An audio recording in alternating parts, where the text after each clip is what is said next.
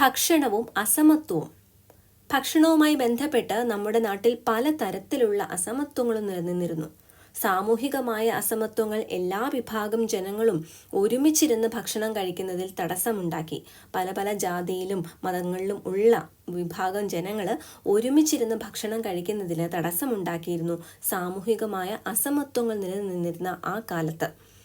അങ്ങനെ ഇങ്ങനെയൊരു വിവേചനത്തിനെതിരെ സാമൂഹിക പരിഷ്കർത്താവായ ശ്രീ സഹോദരൻ അയ്യപ്പന്റെ നേതൃത്വത്തിൽ എറണാകുളത്തെ ചെറായിയിൽ മിശ്രഭോജനം നടത്തുകയുണ്ടായി.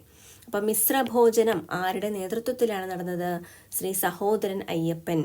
എറണാകുളത്തെ ചെറായിലാണ് അത് നടന്നത്. എന്തിനെതിരെയായിരുന്നു? ഈ ഒരു സാമൂഹിക അസമത്വത്തിനെതിരെയായിരുന്നു. അതായത് ഭക്ഷണവും അസമത്വവും അതിനെതിരെയായിരുന്നു അദ്ദേഹം ഈ ഒരു മിശ്രഭോജനം നടത്തിയത്.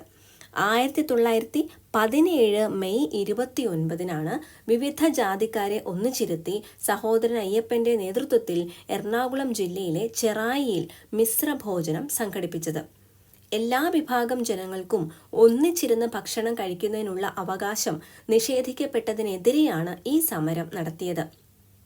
മിശ്രഭോജനത്തിന് നേതൃത്വം കൊടുത്തതിനാൽ ശക്തമായ എതിർപ്പ് സഹോദരൻ അയ്യപ്പന് നേരിടേണ്ടതായി വന്നു. കേരളത്തിൽ നിലനിന്നിരുന്ന സാമൂഹികമായ അസമത്വത്തെയാണ് ഇത് വെളിവാക്കുന്നത്. ജാതി വ്യവസ്ഥയാണ് ഈ അസമത്വത്തിന് കാരണമായത്. അപ്പം ഇവിടെ മിശ്രഭോജനം നടത്തിയത് ആരാണ്, എവിടെയാണ് എന്ന് നമ്മൾ പഠിച്ചു. എന്നാണ്? 1917 മെയ് 29.